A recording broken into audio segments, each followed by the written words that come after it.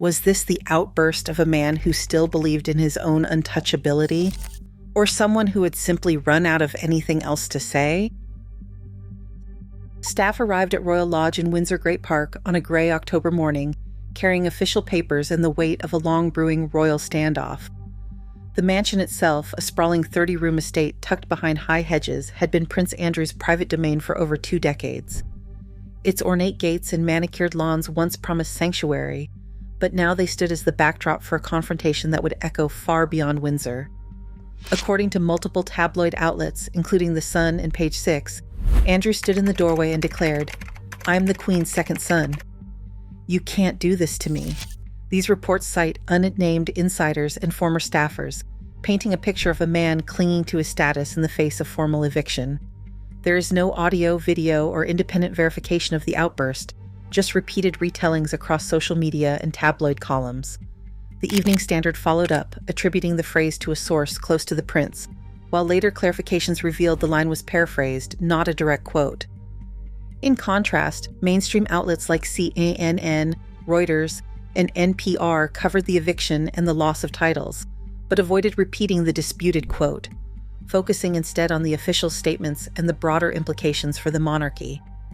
The human drama of that moment, whether Andrew actually spoke those words or not, captures the tension at the heart of the story. Royal Lodge, once a symbol of untouchable privilege, became the stage for a reckoning.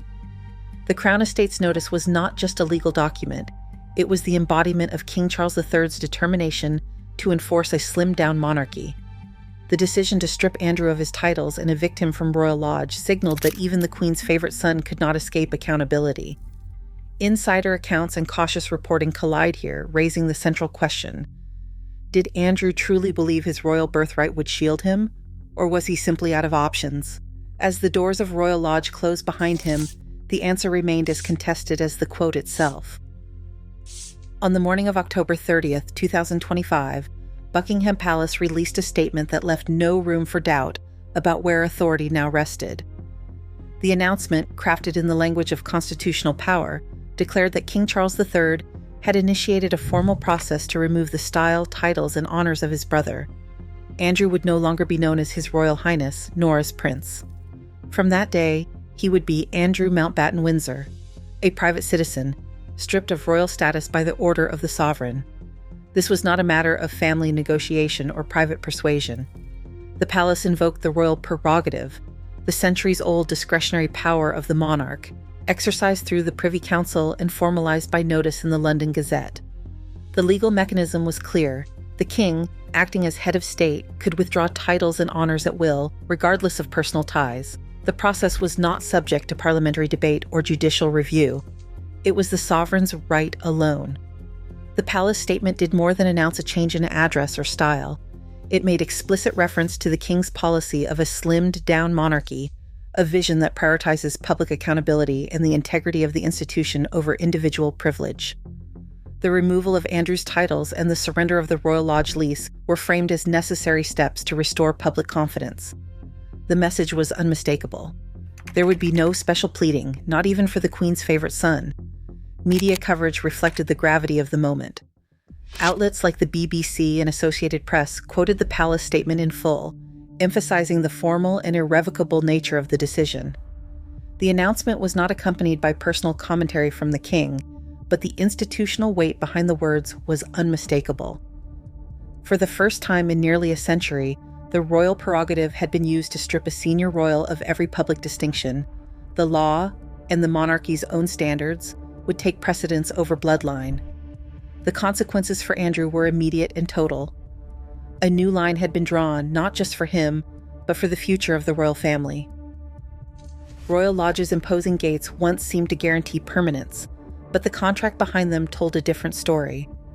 In August 2003, Prince Andrew secured a 75-year lease from the Crown Estate, an arrangement that, on paper, made him one of the most protected tenants in Britain.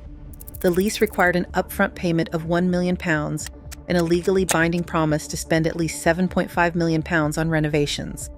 By 2005, contractors had completed structural repairs, interior upgrades, and extensive landscaping, all funded from Andrew's private accounts.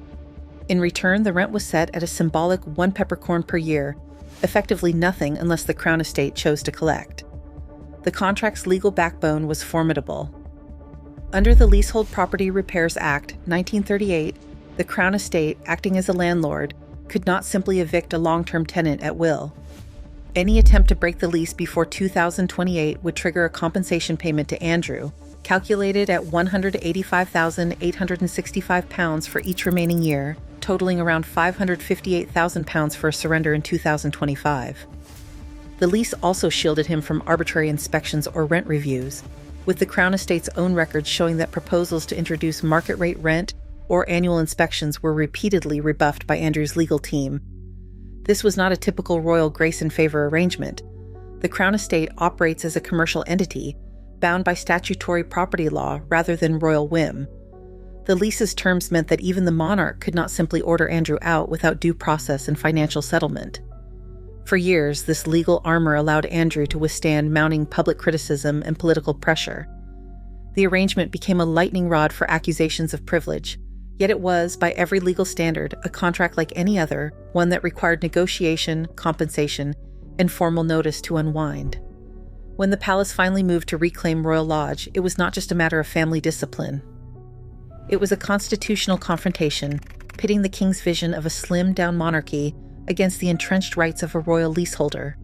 The legal process that unfolded in 2025, culminating in formal notice, compensation, and the end of Andrew's residency, was extraordinary precisely because the contract had been engineered to make such an outcome nearly impossible.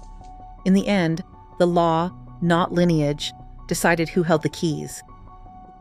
Long before eviction notices and public statements, the roots of Prince Andrew's downfall were tangled in the company he kept. In the late 1990s and the early 2000s, Andrew's social circle included Jeffrey Epstein and Ghislaine Maxwell, names that would later become synonymous with scandal and criminality.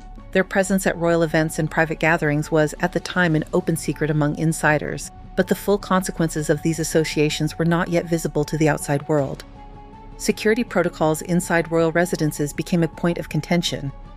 Paul Page, a former royal protection officer, would later allege in tabloid interviews that Ghislaine Maxwell enjoyed a level of access unusual for any non-family member. According to Page, security staff were instructed to stand down for Maxwell, and he described a revolving door of young female guests entering the palace. These claims, though widely repeated in the press, remain uncorroborated by official records or independent investigation. The palace has not released any documentation confirming or denying Page's allegations, and no audio or video evidence has surfaced to support the stories. Still, the narrative took hold in the public imagination, fueled by the relentless appetite for royal intrigue. Andrew's friendship with Epstein and Maxwell was not hidden from royal staff or close observers. Photographs from the early 2000s show the trio together at social events in London and New York. Yet, for years, the prince continued to move freely within royal circles, shielded by his title and the assumption that such connections, however questionable, fell within the bounds of private life. The palace, for its part, maintained silence, neither confirming nor denying the depth of Andrew's involvement with Epstein's world. That silence would later be interpreted as institutional complacency, or worse, a deliberate blind spot. The reputational risk posed by these relationships did not go unnoticed behind palace walls. Internal discussions reportedly raised concerns about security, optics, and the potential for scandal. But without direct evidence of wrongdoing, the monarchy's response was cautious. It was not until years later, as details of Epstein's crimes became public and media scrutiny intensified, that the true cost of these associations became clear.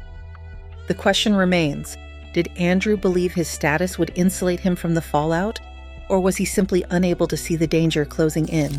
As the palace weighed loyalty against public accountability, the seeds of a much larger crisis had already been sown. In 2008, Jeffrey Epstein pleaded guilty to procuring a minor for prostitution. Prince Andrew's name surfaced quietly, but the palace dismissed any connection as a private matter. 2 years later, a photograph captured Andrew walking with Epstein in Central Park. The image, published worldwide in December 2010, raised uncomfortable questions about the prince's judgment. As the photo circulated, scrutiny intensified. Charities and military units began to reconsider their ties.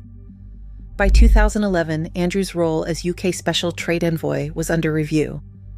Media critics and Parliament questioned his continued privileges, Royal Lodge, a peppercorn lease, the cost of security, arguing these were out of step with public expectations. Headlines asked whether any other public figure would survive such associations. The turning point came in November 2019. Andrew agreed to a BBC Newsnight interview with Emily Maitlis. Over nearly an hour, he denied ever meeting Virginia Giuffre, challenged the authenticity of a photograph, and claimed a medical condition from the Falklands War prevented him from sweating, a detail meant to counter Giuffre's nightclub account. He offered an alibi, saying he was at Pizza Express in Woking. He described Epstein's connections as useful for charity work, but he apologized for causing pain and distress. The interview was met with immediate backlash. Major charities, including the Royal British Legion, Outward Bound Trust, and English National Ballet, suspended or cut ties. In May 2020, Andrew stepped back from public duties. By January 2022, the palace confirmed all military affiliations and remaining patronages had been returned to the Queen. The message was unmistakable. Association with Andrew now carried reputational risk.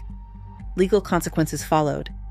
In 2022, Virginia Giuffre filed a civil suit in New York. The case settled in early 2023 for an undisclosed sum with no admission of liability. By the time millions of Epstein-related documents were released in 2026, Andrew's public standing had already collapsed, leaving only the question of whether royal status had ever truly offered protection. On January 30th, 2026, the United States Department of Justice released a cache of documents long shielded from public view, 3.5 million pages of Epstein-related files, indexed under the official docket number D-OJEP 2026-001.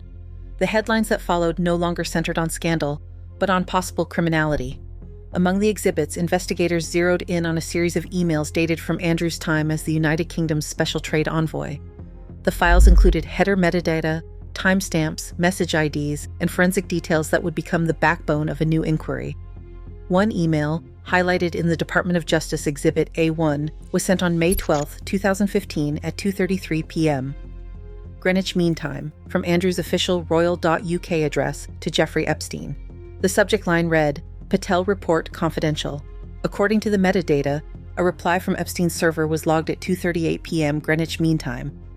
That 5-minute gap would later be dissected by digital forensics teams who traced the transmission path and confirmed the email's authenticity.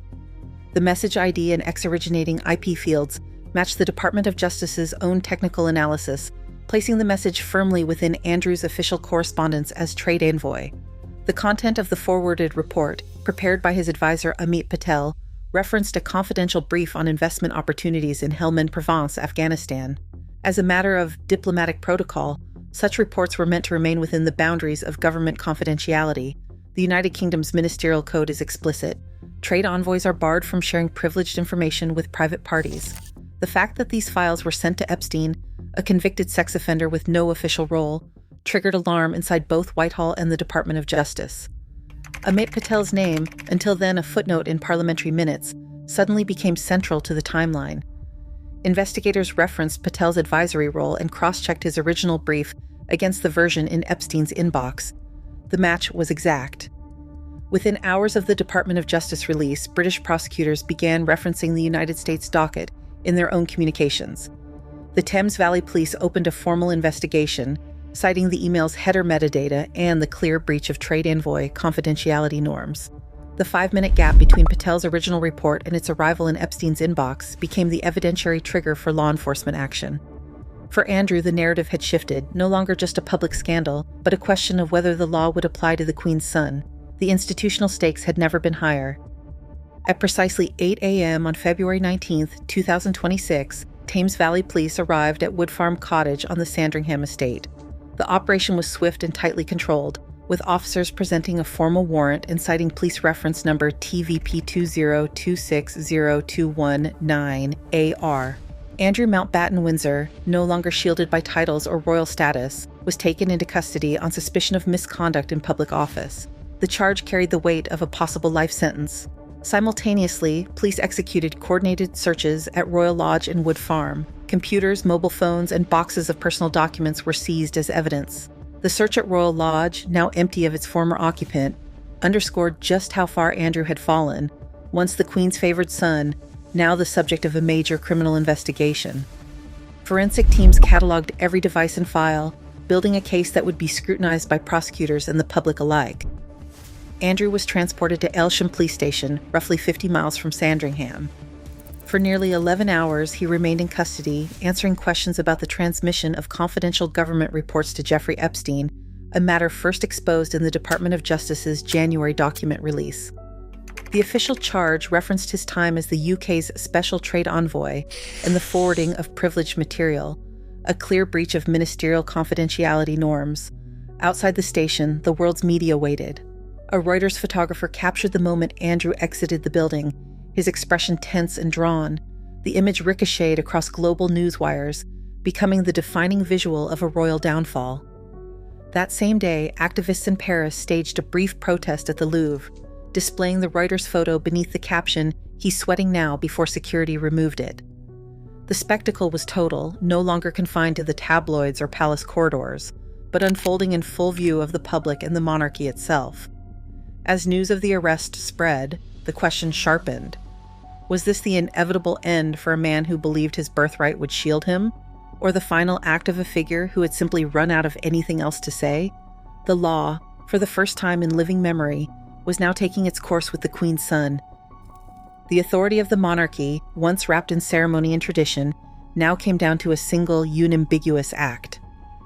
On February 19, 2026, the palace released a statement that crystallized the end of an era. The king's four-word line, "The law must take its course," appeared beneath the royal crest, not as a personal note, but as the constitutional voice of Charles III. This was not a message to the press or to the family. It was a public declaration that even the Queen's son would not stand above the rules that govern everyone else. Andrew's transformation from prince to private citizen was swift and absolute. The official announcement, signed in the name of the king, confirmed that Andrew Mountbatten Windsor would no longer use the style, "His Royal Highness." The title of prince, along with all remaining honors and military affiliations, was erased from the royal register. For the first time since the abdication crisis of 1936, a senior royal's identity was rewritten by royal prerogative, not by personal choice. The consequences were immediate and irreversible. Andrew's name disappeared from the court circular. His patronages and honorary posts were reassigned or left vacant. The lease on Royal Lodge, once the ultimate symbol of royal favor, was surrendered. Compensation was paid according to the lease's own formula, but the property reverted to the Crown estate and was slated for public use. Andrew's new residence, a small cottage on the Sandringham estate, offered privacy, but none of the status or insulation he once enjoyed. The constitutional finality of the King's Act left no room for private negotiation or appeal. The Privy Council's order, formalized in the London Gazette, drew a clear distinction between family loyalty and institutional duty. Charles's vision of a slimmed-down monarchy now had a living example. His own brother stripped of every public privilege, living under a new name and facing the same legal scrutiny as any other citizen. Yet the story refused to close neatly. The palace's statement did not address guilt or innocence, only the necessity of upholding public trust. As Andrew adjusted to life without title or role, the monarchy itself stood at a crossroads, its old certainties replaced by a new, if uneasy, accountability. The Royal Lodge doorway, now empty, stands as a symbol. Claims of birthright mean less than the law King Charles insists must rule, even for his brother. Insider accounts of Andrew's alleged outburst remain unverified, their echoes fading as constitutional precedent hardens. Power, once absolute, now proves conditional. Do you think Andrew genuinely believed his title would protect him? Or was it the act of a man who had simply run out of anything else to say?